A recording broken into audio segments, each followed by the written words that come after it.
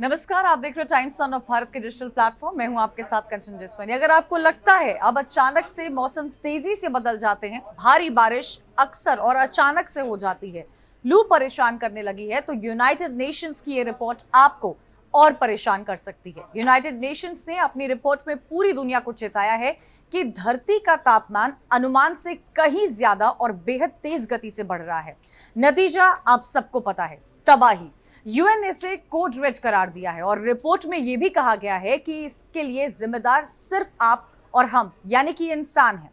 आज के वीडियो में इसी United Nations inter governmental panel on climate change यानी कि आईपीसीसी रिपोर्ट पर विस्तार से बात करेंगे। 1988 में आईपीसीसी की स्थापना हुई थी और इसके बाद से ये छठी रिपोर्ट सामने आई है, जिसमें यह कहा गया है कि जंगलों में आग, बाढ़ और सूखे जैसी आपदाओं में अभूतपूर्व तेजी आ सकती है। इससे बचने के लिए पूरी दुनिया को एक साथ मिलकर एमिशन में तेजी से और ज्यादा कटौती करनी होगी, तभी कुछ हद तक इससे छुटकारा मिल सकता है। रिपोर्ट में कारणों में गिनाया गया है कि औद्योगिक समय में हुई लगभग पूरी तापमान वृद्धि कार्बन डाइऑक्साइड और मीथेन जैसे गैसों के एमिशन से हुई है। और ये ज्यादातर एमिशन इसलिए हुए हैं क्योंकि इंसानों ने भारी मात्रा में कोयला, तेल, लकड़ी, प्राकृतिक गैस जैसे जीवाश्म ईंधन जलाए हैं। अब हम किस भयानक गति से आगे बढ़ रहे हैं उसका उदाहरण समझ लीजिए। बताया गया है कि साल 2019 में वातावरण में CO2 की डेंसिटी पिछले 20 लाख सालों में सबसे अधिक रही है और मीथेन और नाइट्राइट ऑक्साइड की मात्रा पिछले 8 लाख सालों में सबसे ज्यादा है।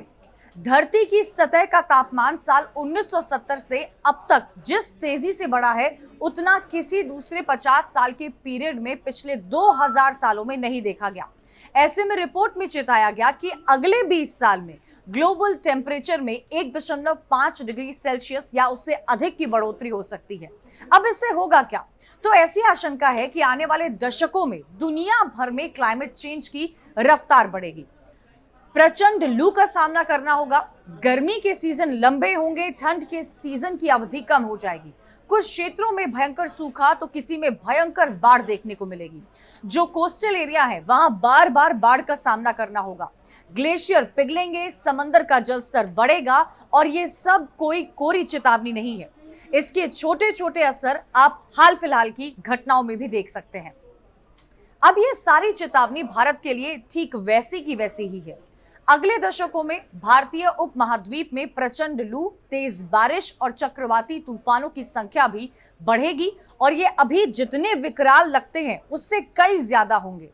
मॉनसून के सीजन में गड़बड़ी देखने को मिलेगी, सदर्न पार्ट में भारी बारिश की आशंका होगी, बढ़ते तापमान के साथ ग्लेशियर पिघलेंगे, बाढ़ और लैंडस्लाइड की घटनाओं में बढ़ोतरी होगी।